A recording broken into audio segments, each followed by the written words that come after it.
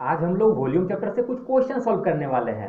Question number 12 से start करेंगे और आज जो क्वेश्चन सॉल्व करेंगे ये सब क्वेश्चंस रेलवे में पूछा जा चुका है। और क्वेश्चन नंबर 12 से पहले का जितना भी क्वेश्चन है उसका लिंक आपको डिस्क्रिप्शन में मिल जाएगा।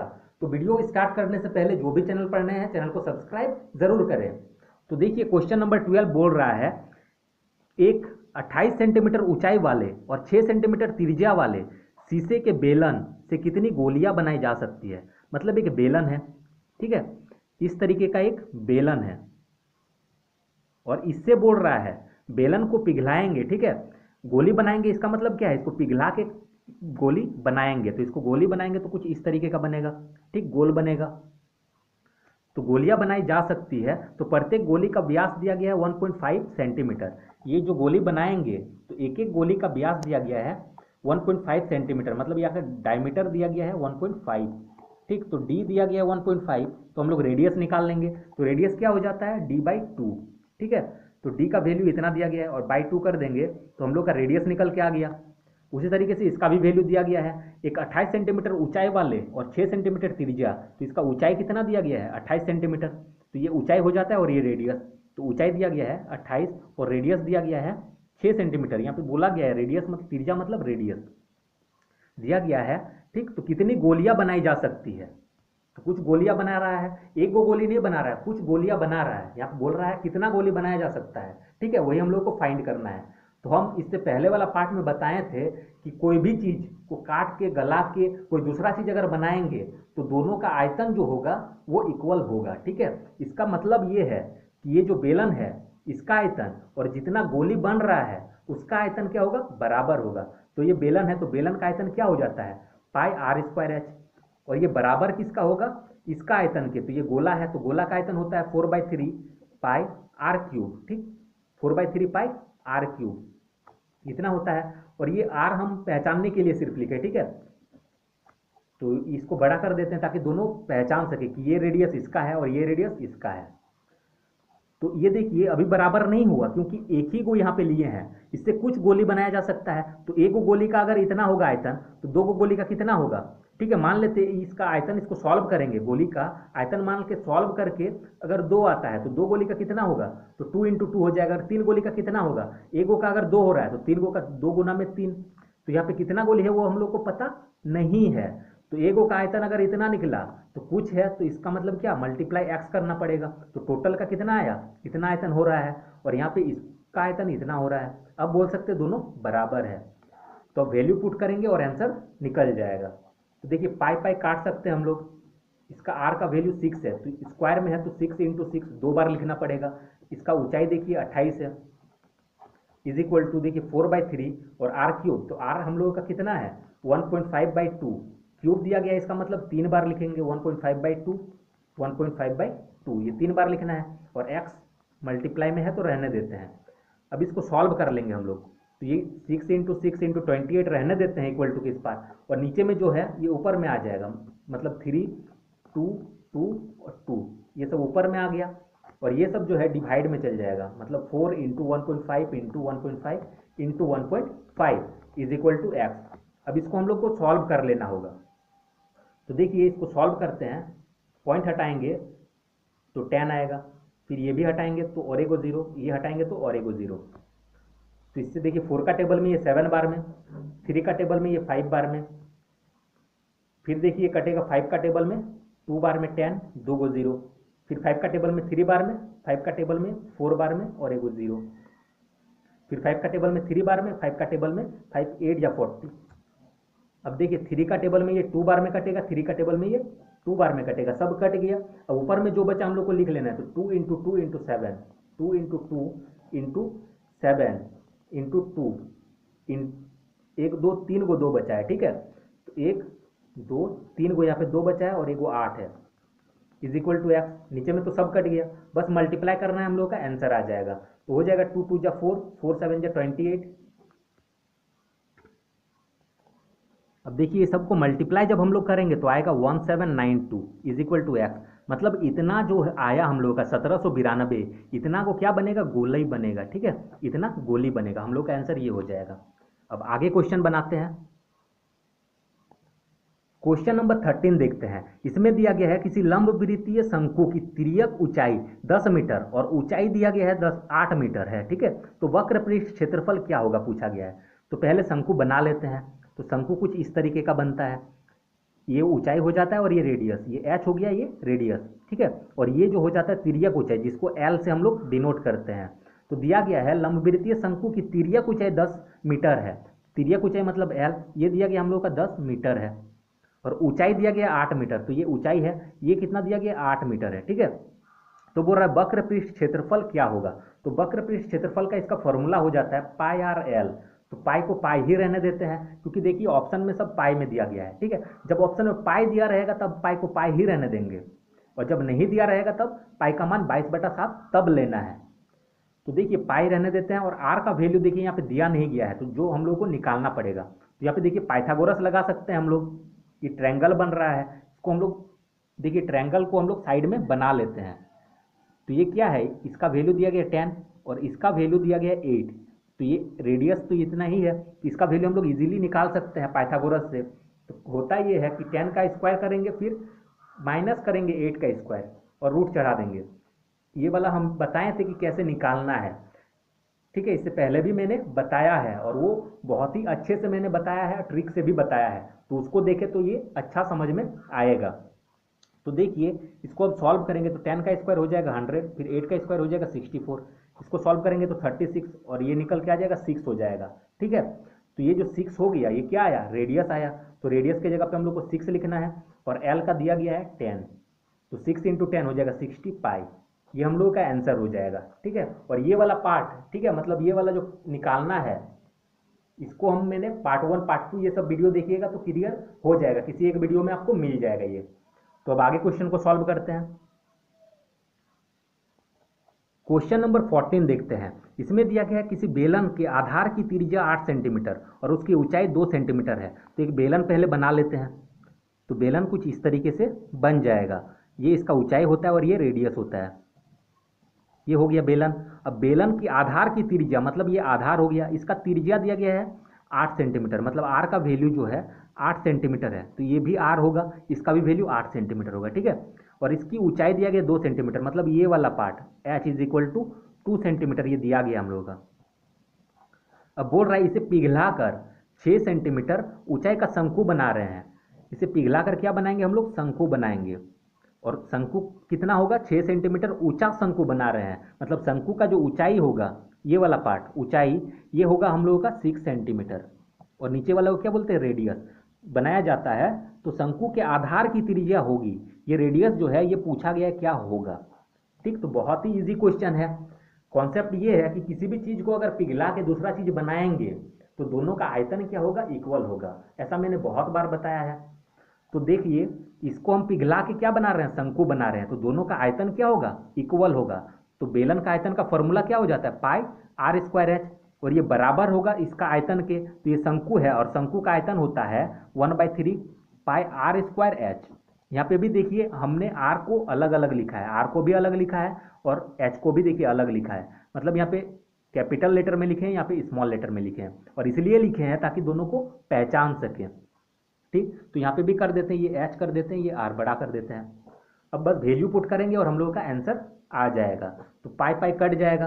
तो आर का वैल्यू देखिए यहाँ पे दिया गया 8, तो 8 का देखिए स्क्वायर है, मतलब 8 × 8 हम लोग लिख सकते हैं।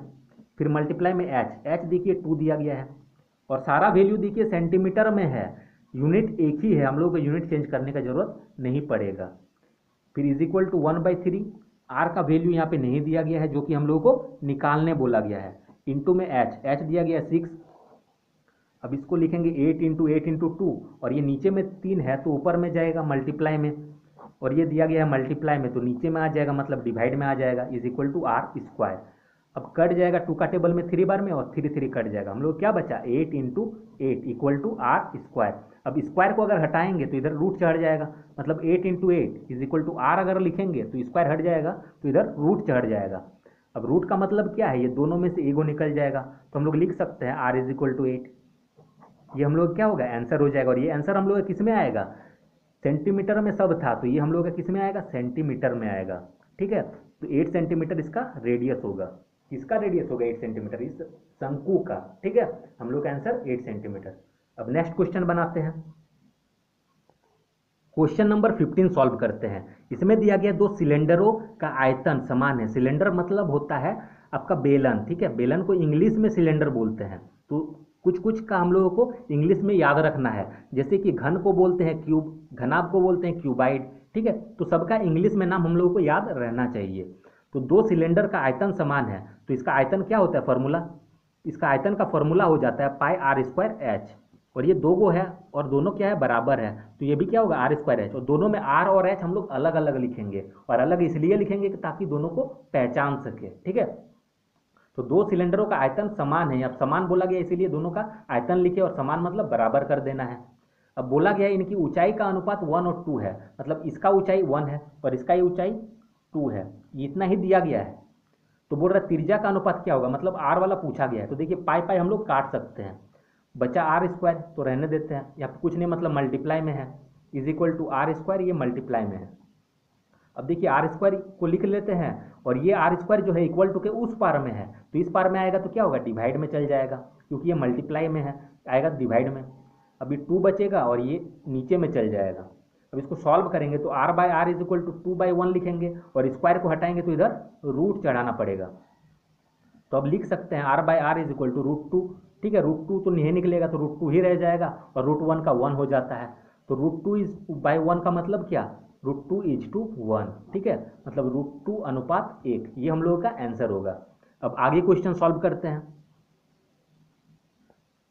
क्वेश्चन नंबर 16 देखिए, इसमें दिया गया किसी गोले का आयतन को इसके वक्र पे क्षेत्रफल से विभाजित करने पर, ठीक है, विभाजित करने पर भागफल यहाँ पे होना चाहिए था, ठीक है, विभाजित करने पर फल इतना होता है, तो गोले की त्रिज्या होगी, तो त्रिज्या निकालने बोला गया है। बहुत इजी क्वेश्चन है, जैसा क्वेश्चन में बोला गया है बस कर देना है। किसी गोले का आयतन, ठीक है, गोले का क्या है, आयतन है, इसके आयतन को वक्र पृष्ठ क्षेत्रफल से विभाजित करने पर, तो डिवाइड करने बोल रहा है, क्या विभाजित मतलब क्या, भाग देंगे इसका आयतन को, किससे भाग देंगे, इसका वक्र पृष्ठ क्षेत्रफल से, वक्र पृष्ठ क्षेत्रफल से भाग देने पर बोला गया है क्वेश्चन में, गोले का आयतन को इसके वक्र पृष्ठ क्षेत्रफल से भाग देने पर, तो भाग देंगे वक्र पृष्ठ क्षेत्रफल से, तो भाग देने पर 27 होता है, ठीक है, 27 सेंटीमीटर होता है। तो बस इतना ही बोला गया, मतलब भाग देंगे तो 27 सेंटीमीटर होगा। तो गोले की त्रिज्या होगी, मतलब गोले की त्रिज्या हम लोग को पूछा गया है, तो इजीली हम लोग निकाल सकते हैं। देखिए गोले का पूछा गया, तो गोले का आयतन का हम लोग को फॉर्मूला लिख लेना होगा। तो गोले का आयतन हो जाता है 4/3 पाई आर क्यूब, और वक्र पृष्ठ क्षेत्रफल हो जाएगा 4 पाई आर स्क्वायर। इसमें दोनों आर एक ही लिखेंगे, क्योंकि एक ही चीज का हम बोल रहे हैं, इसी गोले का आयतन है और इसी गोले का वक्र पृष्ठ क्षेत्रफल है, तो दोनों का तो रेडियस एक ही होगा, ठीक है, इसीलिए रेडियस को आर ही हम लोग लिखे और दोनों स्मॉल में लिखे।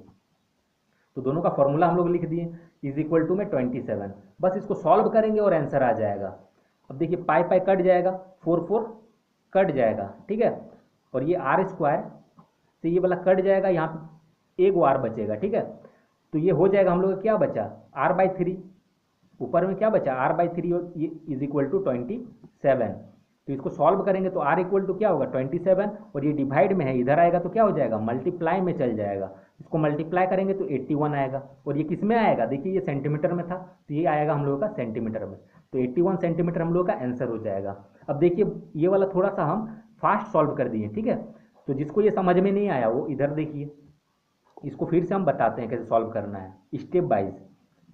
एग्जाम में हम लोग को इसी तरीके से बनाना है, थोड़ा सा स्टेप बाउंस करके, ताकि एग्जाम में फास्ट बन सके और टाइम हम लोग का बच सके। तो ऐसे करेंगे, और डिवाइड में क्या था, 4 pi r square equal to था 27, ठीक। तो अब इसको कैसे करेंगे, देखिए इसका मतलब क्या है, इसको हम लोग ऐसे भी लिख सकते हैं, 4 पाई आर क्यूब रहने देते हैं, और ये 3 जो है नीचे में आ जाएगा, नीचे में है इसीलिए और नीचे आ जाएगा, मतलब इस पार्ट में, तो 3 into 4 pi r square is equal to 27। अब देखिए 4 काट सकते हैं, पाई पाई काट सकते हैं, और ये भी नहीं समझ में आएगा कि कैसे काटेंगे, तो आर क्यूब का मतलब क्या, 3 बार मल्टीप्लाई करके लिखेंगे। जैसे 2 का क्यूब मतलब क्या, 2 का क्यूब मतलब 2 गुना 2 गुना 2, 3 बार लिखेंगे। 2 का क्यूब मतलब 2 मल्टीप्लाई 2 मल्टीप्लाई 2, ऐसे लिखते हैं। उसी तरीके से एक्स आर का क्यूब मतलब क्या, r into r into r, और डिवाइड में क्या है 3 इंटू आर स्क्वायर का मतलब क्या, r into r equal to 27 हो जाएगा। अब देखिए ये कट जाएगा और ये कट जाएगा, तो r/3 ही बच रहा है, हम लोग क्या बचा, r/3 इक्वल टू 27, जो कि यहाँ पे है r/3 इक्वल टू 27। तो देखिए इतना स्टेप हम लोग एग्जाम में नहीं कर सकते हैं, तो आप लोग कोशिश करिए कि इतना ज़्यादा प्रैक्टिस कर लें कि ये सब स्टेप हम लोग कैलकुलेशन का फास्ट हो सके, ठीक है। तो अब आगे क्वेश्चन को बनाते हैं। क्वेश्चन नंबर 17 देखते हैं।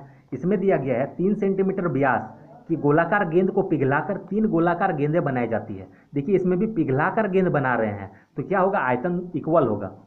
मतलब 3 सेंटीमीटर व्यास वाला जो गोलाकार गेंद को पिघलाकर 3 गो गेंद बनाएंगे, वो 3 गो गेंद का आयतन और इसका अकेले का आयतन क्या होगा, इक्वल होगा। तो देखिए 3 सेंटीमीटर क्या है, एक गोला है और इसका व्यास दिया गया 3 सेंटीमीटर, मतलब सेंटर से यहाँ तक का डिस्टेंस जो दिया गया है, मतलब व्यास वो दिया गया 3 सेंटीमीटर, इसका व्यास है। तो व्यास दिया गया 3 सेंटीमीटर, तो रेडियस हम लोग निकाल सकते हैं। क्या होता है, व्यास का आधा मतलब 3/2, इसको करेंगे तो हो जाएगा 1.5 सेंटीमीटर। और इसी को पिघला कर बोल रहा है 3 गो गोल बनाया जा रहा है, 3 गो गोला बना रहा है, ठीक है। तो ऐसे 3 गो गोला बनेगा। इसमें से 2 गोला का व्यास दिया गया है 1.5 सेंटीमीटर और 2 सेंटीमीटर व्यास है, ठीक है। तो इसका व्यास कितना होगा, 2 सेंटीमीटर, मतलब डी दिया गया है 2 सेंटीमीटर, इसका 1.5 है 1.5 सेंटीमीटर और इसका दिया गया है 2 सेंटीमीटर है। और तीसरा गोला का दिया नहीं गया है, तीसरा गोला का व्यास होगा, ये पूछा ही गया है। तो तीसरा गोला का व्यास d is equal to x मान लेते हैं, d is equal to x मान लेते हैं। तो देखिए इसका d इतना है, तो r क्या हो जाएगा, d/2 होता है, r इक्वल टू d/2। तो d इतना दिया गया है, डिवाइड 2 कर देंगे।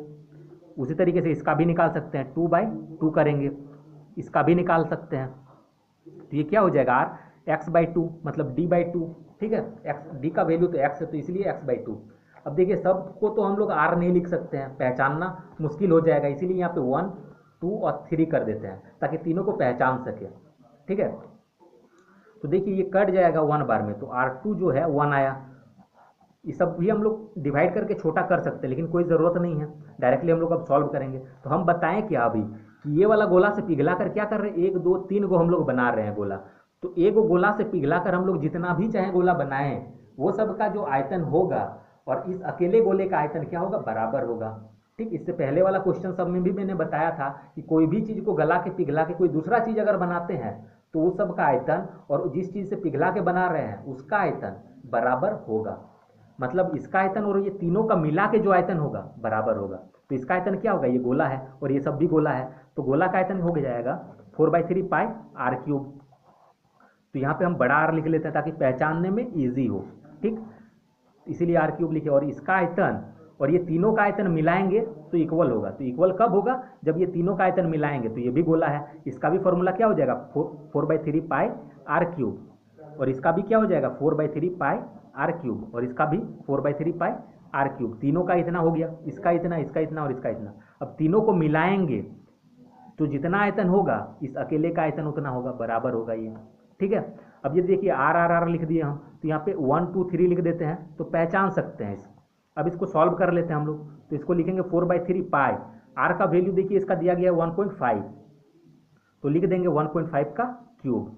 फिर इधर आएगा वो 4/3 और पाई, ये कॉमन ले लेते हैं क्योंकि 4/3 पाई इसमें भी है, इसमें भी है और इसमें भी है, तीनों में है, इसीलिए 4/3 पाई को कॉमन ले लेते हैं। तो बचेगा हम लोग का क्या, r1 का क्यूब प्लस r2 का क्यूब प्लस r3 का क्यूब, यही सब हम लोग का बचा।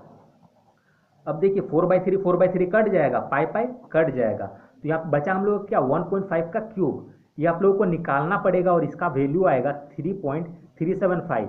1.5 का क्यूब जब करेंगे तो इतना आएगा। अब देखिए r1 का क्यूब, तो r1 कितना है, r1 है 1.5/2। देख देख के एकदम उतारना है जैसा क्वेश्चन में दिया गया है, r1 दिया गया है यहाँ पे 1.5/2, फिर प्लस इसका क्यूब है तो क्यूब कर देंगे, फिर प्लस r2 देखेंगे, r2 दिया गया 1 और 1 का क्या है यहाँ पे क्यूब करना पड़ेगा, फिर प्लस r3 है, r3 क्या है x/2 और इसका क्यूब करना पड़ेगा। अब इसको सॉल्व करेंगे, 3.375 इज इक्वल टू 1.5 का क्यूब इतना ही हो जाएगा 3.375 और 2 का क्यूब हो जाएगा 8, फिर 1 का क्यूब 1, x का क्यूब x क्यूब और 2 का क्यूब हो जाएगा 8। अब इसको सॉल्व करेंगे हम लोग, 3.375 इज इक्वल टू इसका एलसीएम निकालेंगे तो आएगा हम लोग का 8, ऊपर में हो जाएगा 3.375 प्लस यहाँ पे हो जाएगा 8 और यहाँ पे हो जाएगा x का क्यूब। अब ये देखिए डिवाइड में है, इस पार आएगा तो मल्टीप्लाई में चल जाएगा और बच जाएगा 3.375 प्लस 8 प्लस x क्यूब। अब इसको जब हम लोग सॉल्व करेंगे, इसको इसको मल्टीप्लाई करना पड़ेगा, और जब मल्टीप्लाई करेंगे हम लोग तो 27 आएगा, इक्वल टू ये सबको ऐड करेंगे, तो ऐड करेंगे तो हम लोग का आ जाएगा 11.375 is equal to x cube. ठीक, प्लस में एक्स क्यूब है। अब देखिए इसको सॉल्व करेंगे तो ये इधर आ जाएगा, प्लस में है इधर आ जाएगा तो माइनस में चल जाएगा, तो इससे इसको डायरेक्टली हम घटा देते हैं तो आएगा कितना 15.625 आएगा। ठीक, यहाँ पे सॉल्व कर लेते हैं 15.625 is equal to x cube. अब क्यूब को हटाएंगे तो इधर होगा cubic root 15.625 is equal to x, तो क्यूबिक रूट से इसको निकालेंगे तो 2.5 का जो क्यूब होता है वो इतना हो जाता है। ठीक है, इज इक्वल टू एक्स, तो एक्स का वैल्यू ही हम लोग को पूछा गया था, एक्स ही हम लोग को निकालना था, इसका व्यास पूछा गया था, तो व्यास कितना होगा 2.5। ठीक, अगर इसका त्रिज्या पूछा जाता तो इसमें पुट करते x/2 होता, मतलब 2.5/2 कर देते तो उसका त्रिज्या निकल के आ जाता, तो हम लोग को व्यास ही पूछा गया तो आंसर हम लोग का 2.5 होगा। तो आज का वीडियो यहीं तक रहने देते हैं, आगे का जो बचा हुआ क्वेश्चन है वो सब हम लोग नेक्स्ट पार्ट में सीखेंगे। तो जिसको भी ये वीडियो अच्छा लगा है वीडियो को लाइक करें और चैनल को सब्सक्राइब करें। Thanks for watching.